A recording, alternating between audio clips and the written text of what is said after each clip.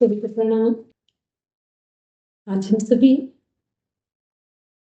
बात करने जा रहे हैं WHO के थर्ड डायमेंशन पर, जो हमारे WHO की डेफिनेशन है वर्ल्ड हेल्थ ऑर्गेनाइजेशन की, जिसमें हमने डिस्कस किया था कि स्वस्थ रहने के 4 आयाम हैं।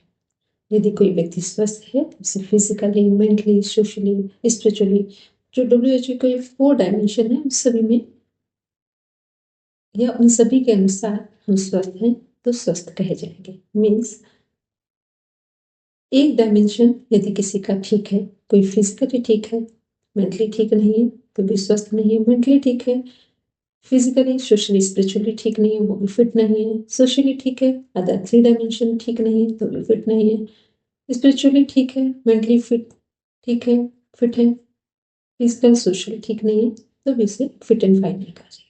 तो हमने लास्ट एपिसोड में बात की थी फिजिकल हेल्थ और मेंटल हेल्थ की। आज बात करते हैं हम लोग सोशल हेल्थ की। ये सोशल हेल्थ क्या है? सामाजिक स्वास्थ्य है।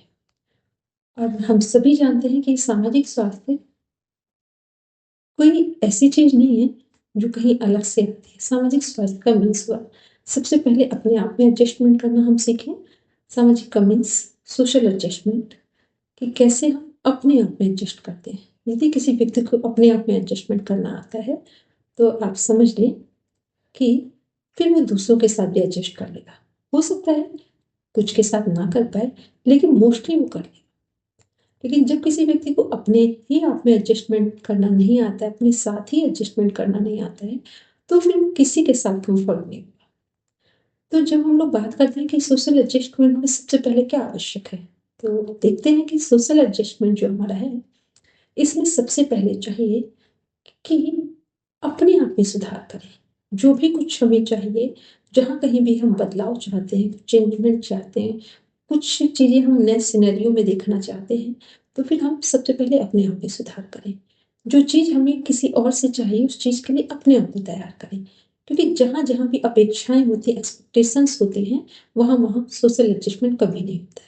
क्योंकि जैसे ही आपको दूसरों से अपेक्षा हुई, वो अपेक्षा पे खरा नहीं उतरा या वो आपके एक्सपेक्टेशंस को प्रॉपर वे में पूरा नहीं कर पाया, तो आप समझ लें कि फिर आपका अपने आप से एडजस्टमेंट बिगड़ेगा, आपके रिश्ते बिगड़ेंगे और आप जिस कार्य को करने जा रहे थे वहाँ प्रॉब्लम आ जाएगी।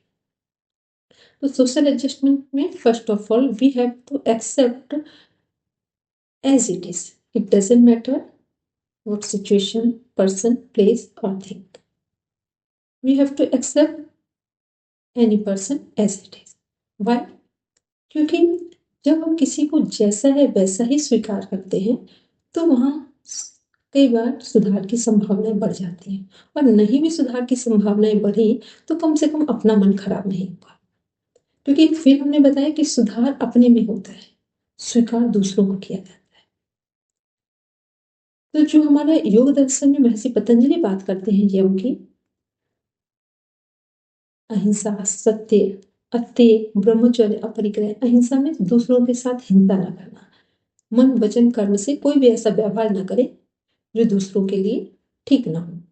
आचार्य श्री राम शर्मा जी एक बात बोलते हैं, बहुत अच्छा सा कोटेशन है उनका, दूसरों के साथ वह व्यवहार न करे जो हमें अपने लिए स्वीकार नहीं।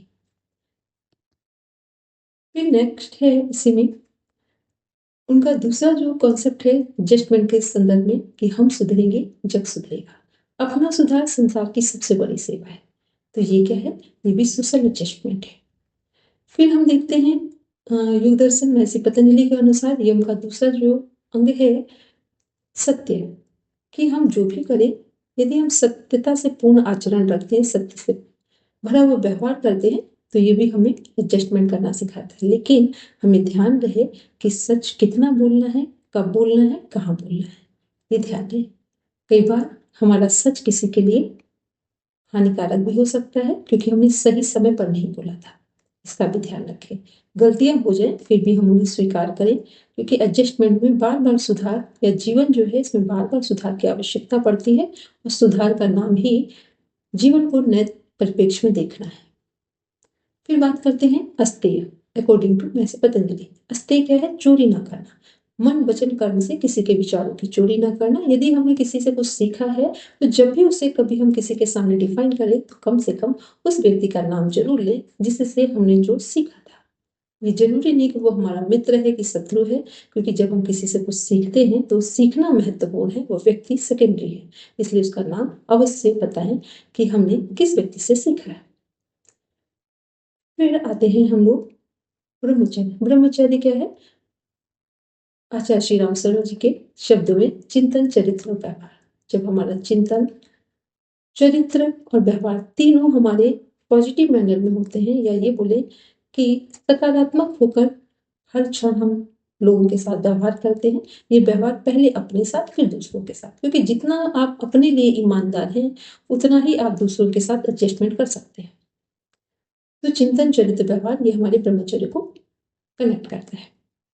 फिर देखते हैं हम अपरिग्रह। अपरिग्रह मीन्स होता है जरूरत से अधिक विचारों को या सामान को संचित ना करना, कलेक्शन ना करना। क्योंकि जब आप बहुत अधिक सामान घर में रख लेते हैं तो जरूरी सामान आपको ढूंढने पर भी नहीं मिलते हैं। ऐसे ही जब हम बहुत सारे विचार अपने मन में इकट्ठा कर लेते हैं, अपने दिमाग में रख लेते हैं, तो